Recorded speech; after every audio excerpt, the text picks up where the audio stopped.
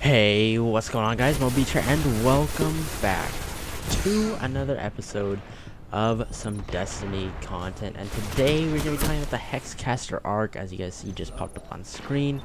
And I think this gun is very underrated, and we're going to talk about that in just a little second. But let's talk about the stats first. As you guys can see, this has some pretty crazy stats for an auto rifle. 100 fire rate. We have the impact set to 2, range at 83, stability at 69, and reload at 86. With the optics maxing out at 21, equip speed at 100, aim assist at 72, and recoil direction at 60 with a max magazine size of 72. Now this thing, in my opinion, is very underrated, as I just said to you guys, and I'm going to tell you why. But first, let me go ahead and just show you guys a couple of the rolls that I got. Here's the first one I have. It's the one I got as soon as Rise of Iron came out, pretty much. I've been using it ever since. Here's another one that I just got recently with Outlaw and Spray and Play on it. Not too bad of a weapon. And here's the final one with Glass Half Full and Feeding Frenzy and Perfect Balance in the center. I'm thinking about trying to max this one out and use it there some. But other than that, let's stop with the technical talk and just get into the weapon and talk about it some. So here in the background, I just have some clips of some kills that I got, and I played like 3 matches or something and skimmed some stuff out from it. And so I'm just gonna give you guys a rundown of what I think of the weapon. So first off, let me just go ahead and get this out there that this weapon is definitely not your range type weapon. You guys want to make sure to use this in close quarters combat. You want to be as close to the enemy as possible so you can spray them down. This thing will flinch people so hard in the face. If you just constantly hit those headshots, they will not even be able to aim at you. You don't need armor piercing rounds or high caliber rounds or anything like that to knock the enemy's recoil out of your direction. You just need to be able to land in those hits on them. And that's what this weapon does. This weapon sprays you down to the point where you cannot even respond with an accurate shot count. Alright? And so I just love this weapon so much. Although it's a win and a loss at some point. You're going to get a lot of assists when you're using this weapon because it simply doesn't have the impact and deals enough damage to get those kills where you can use it on a consistent one-on-one basis.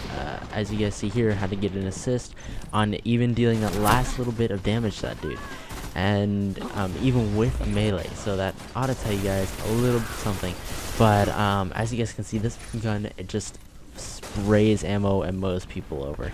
And one of the main perks that I like about it actually is its high equip speed. Now for me, equip speed is a lot. I love weapons that I can switch to very rapidly. I would like to switch between weapons and cycle them because I just feel that it makes it easier. You know, if you're in a long distance combat with somebody and you're shooting them down with a sniper, and then all of a sudden somebody comes right up into your face and you have to swap to that auto rifle, there it is at 100 maxed out, so it's almost instantly out and ready to go. And that is really what I enjoy about weapons in general, if they have high equip speeds and that kind of thing, where I know I can use them pretty quickly.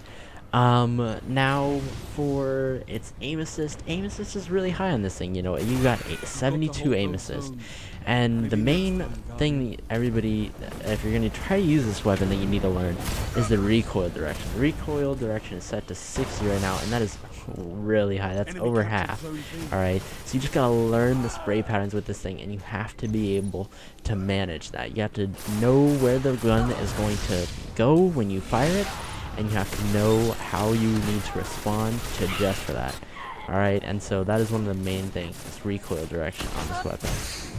But other than that, I think it's overall a really great weapon. The whole reason that I'm actually starting up doing these weapon overviews is because I watch Aztecross. He's a really awesome Destiny YouTuber. I will link his channel down in the comments below, or down the description below, so you guys can go check him out. He does a lot of weapon overviews and that kind of stuff, reviews and top buys and all that kind of stuff. And so he's just really cool, and you know, I thought this type of style of video was really awesome, and I go ahead and give it a shot myself. And I saw a bunch of people hating on this Hexcaster, and I was like, I love this thing. It's one of the first weapons I pulled out of the Crucible, and that was a really highlight for me. And so I just used it non-stop, and it just absolutely slaughters once you get on a nice tear with it. You just have to get into those positions where you know that you have the advantage because your weapon is firing much faster than everybody else. Now, obviously, this isn't a meta item, it's no clever dragon or anything like that, but that's the kind of guns that I enjoy playing with, the stuff outside of the normal, the stuff that people say is not the best weapons, and so they come in under rated, and people don't expect them to perform as well. But that's where you have to look for weapons, is you just have to find what you enjoy playing with and use that. And so yeah, overall I think this is a really good weapon. I don't think I was playing the right type here. I was playing the weekly match list, which was zone control. This weapon is definitely more of something more close quarters, like normal control or clash. Clash would be really good as long as you get a close quarters map in there.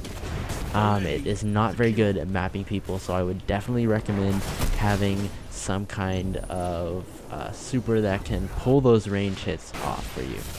And so to where the point where you have your super ready as a backup, just in case you know, you like something's way too far away, and so you have like a Nova Bomb, or you have like Shadow Shot, or here with the Titan, as I was using the Hammer of Soul, Sunstriker, just whatever you guys can do to make sure that you get that extra range in there, so that it has kind of a backup, because that is its weakness, is doing the damage over range. Because as you guys can see, close quarters, that only does about 12 and 15 for crits in the head, so you're really going to need something to bring it up in the range game. But other than that, it's a really great overall weapon, and I honestly think people should use it more in Crucible.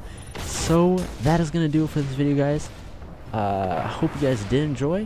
Tell me what you thought down in the comments below, what you guys think about the Hexcaster arc, and if you would like to see more of these videos, like if you like the video, and then I will see you guys next time. Until then, see you guys later.